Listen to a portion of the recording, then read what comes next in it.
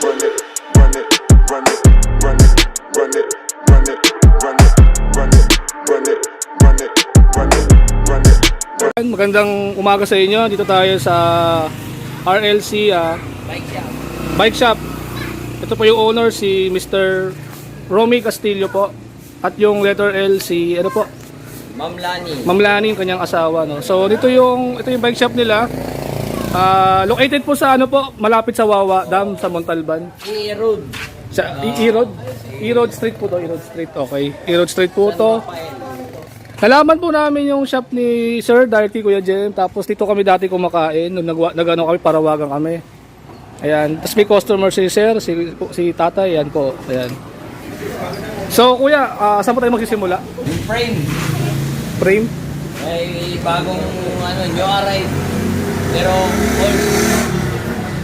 New arrival na Benzo. New arrival na Benzo, no? Pero ano siya? Pang XC or DJ pwede. Pwede XT, pwede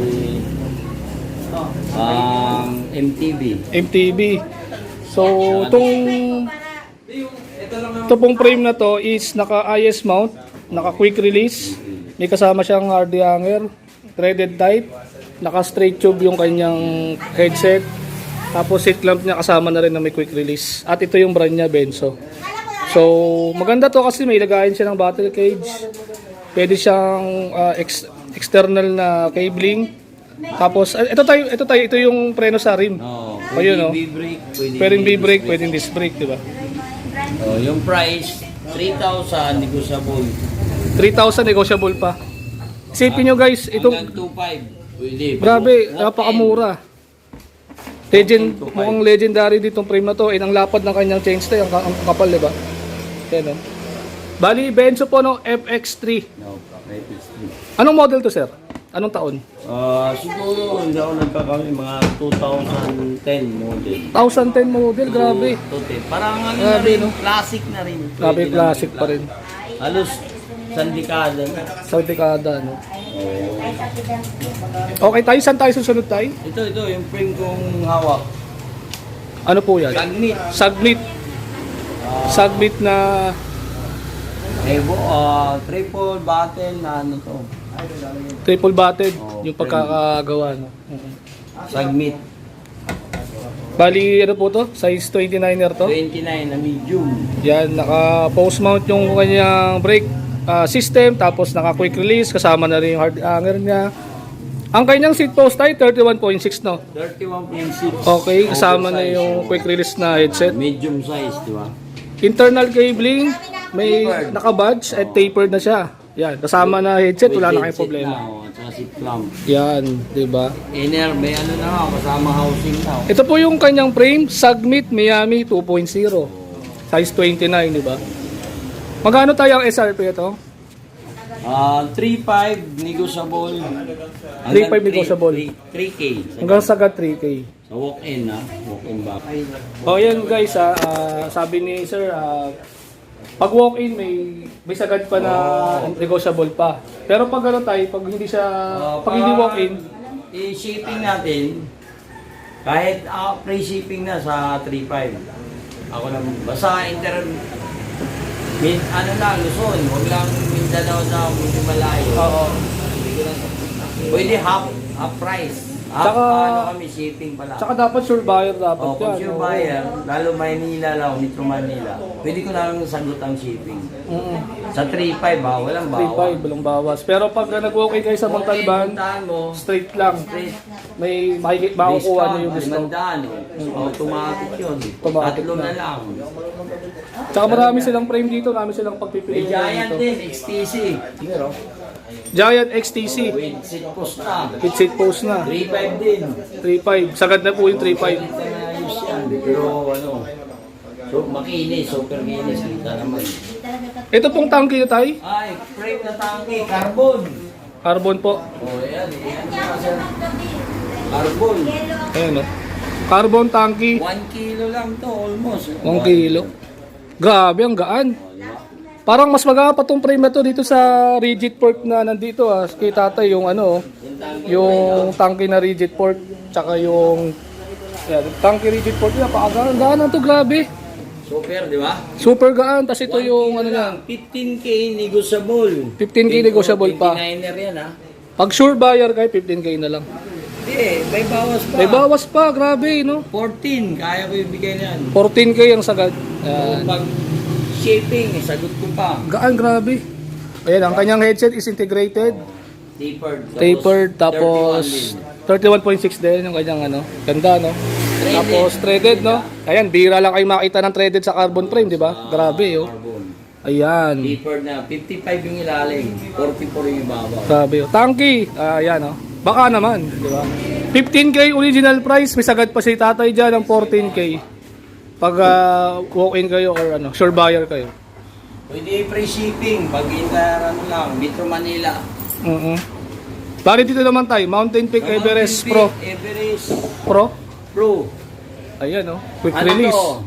Nagpalit na ng once lang ginamit kasi halos Oo, slight lang yung gas-gas, Slightly, konting-konti lang naman yan. Pro axle na 142.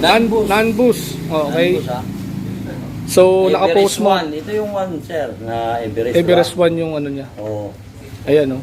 Ang isa RP price nito, 7.5.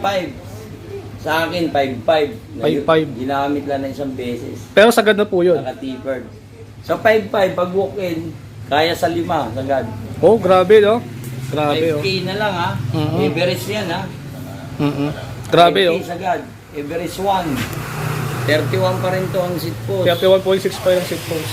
Oh, yan. Ang headset, direct na 55.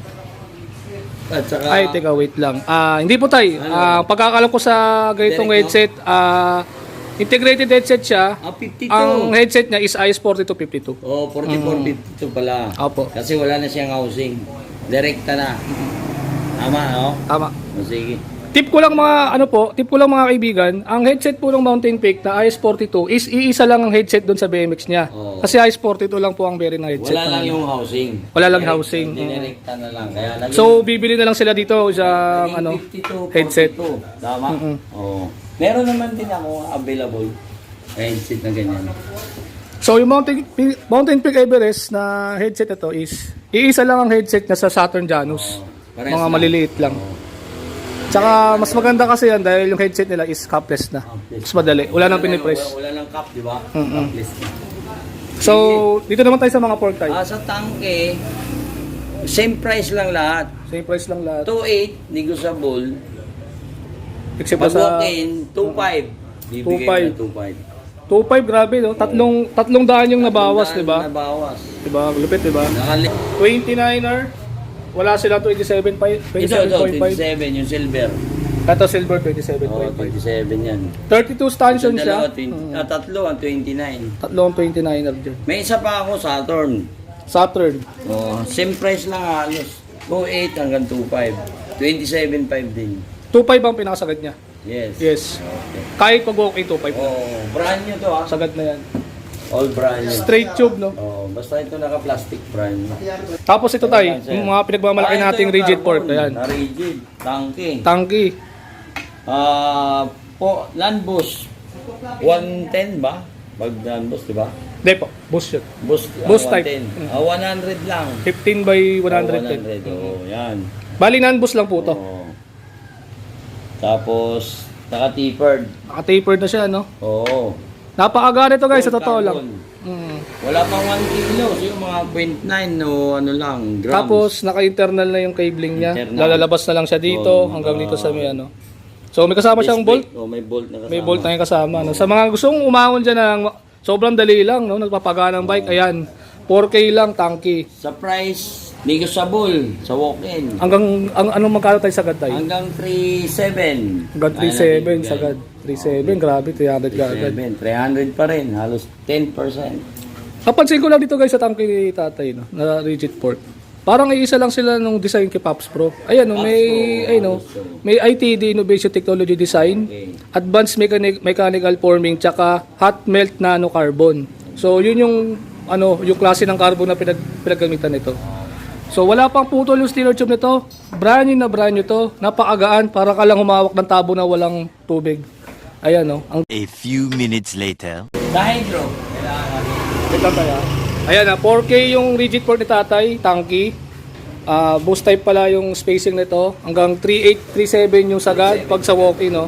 Ayan, wala. May serial number pa yan. Pa rin ang bawas. Yan, serial number, baka mawala kasi yung bike nyo. Maano pa rin, kung may makikita nyo to, maano pa rin nyo.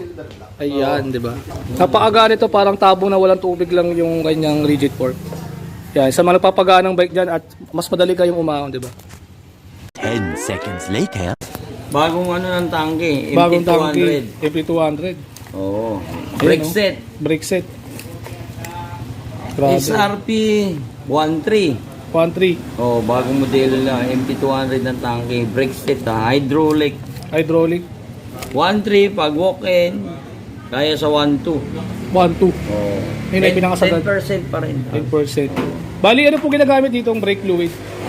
Shimano pa rin. Shimano pa rin. Oh, Diba? mineral oil pa rin. Mineral oil pa Tapos rin. yung pads niya, halos same pa rin ng Shimano. Square type pa rin. Oh, tira mo, Same sa lang. makakita ng kable. Square type. Sa kayo makita guys ng preno na walang may kasamang ganito. May Diba? kasama na Wala na adapter. kayong problema, bolt na lang. Oh, bolt. Meron din. May bolt na kasama yan. Ito na po. Front and back. Dalawa. Meron na, oh. Dalawang front, dalawa sa back. May kasama na kagad, diba? With adapter na. Sa post mount. Bali yung brake pad po na isa lang sa MT200. Same lang. Same lang, Same diba? lang sa MT200. Hindi kayo na mahirapan Shimano. guys pag naputpulan Kaya, kayo ng brake pad, diba? madali hanapan. 1-2. Alloy na lever ha. Alloy lever Oh, na. Ayan lang yung alloy. advantage niya kay MT200. MT200 kasi bakal. Bakal. Dahil wala na kasi Shimano MT201 ngayon, dahil MT200 din naman din yun, kaya lang ano yung alloy lang yung brake pad, yung brake lever kaso wala na. Hindi na sila nag-exist. Tapos meron tayong sticker sa RLC ha. Kaso Sticker kunti tayo. na lang to. Ayan sa Magpapaprint pa ako. Ayan oh, mga RLC sticker. ayan Yan, bigyan natin sila ano. Okay. Sila GM. RLC Bike Shop mga kaibigan, meron silang sticker dito. So comment lang kayo sa vlog ko kung gusto niyo humingi. Okay. Ito yung owner si Sir. Si Sir Romy, no? Romy Castillo. Romy Castillo. Okay. Ito pa yung ibang bike nila. Ayan pa yung mga parinda nila. May mga damit din sila dito. Mga jersey din. Ayan. Meron din sila dito mga gloves. Meron silang mga accessories dito. Ayan. May mga upuan, may gulong, may manibela din sila. Meron din sila dito ang panglinis sir, oh. Ayan, oh. Yan, panglin. Yan. Degreaser Ragusa at disc ano. brake cleaner. Meron Ito sila. no, degreaser. Kaso kay Mark to. Kay Sir Mark po, no? No? Kilala mo. Hindi po. Ayun po. Ayan. Ayan, may mga ano sila, oh. Eh, iba nilang frame. Tapos, pakita ko sa inyo guys, meron din silang BMX dito na frame. Ayan, oh. BMX frame. Kasama na yung spindle na H-spline lang, tapos 9mm yung lapad. Ang bearing yata nito, I think, mid-BB. Ayan, naka S42 na yan, dalawa. Integrated na siya, kaso yung frame na to is hindi siya pwede sa malalaking gulong yata. Baka hanggang 2.3 lang. Ayan. Ayan, oh. A few inches later. Bali, itong shop ni Sir is located sa Montalban, sa may E-Road. E-Road po, E-Road. Yan, sa E-Road, dito po sa may, malapit sa Wawa. Yan. Tumpukin nyo lang po yung Wawa, bago mag-Wawa, makikita nyo na yung RLC Bike Shop. Ito yung landmark na, yung tapat ng tindahan, meron dito. Yan na yung ano, panglatag ko sa Marikina. Ito yung gamit. Ito yung gamit ni Sir na, ano, no? Pag nag-Marikina Riverside. Ayan, Riverside. Okay. Maraming salamat kasi dito sa sticker na binigay niya. Marami.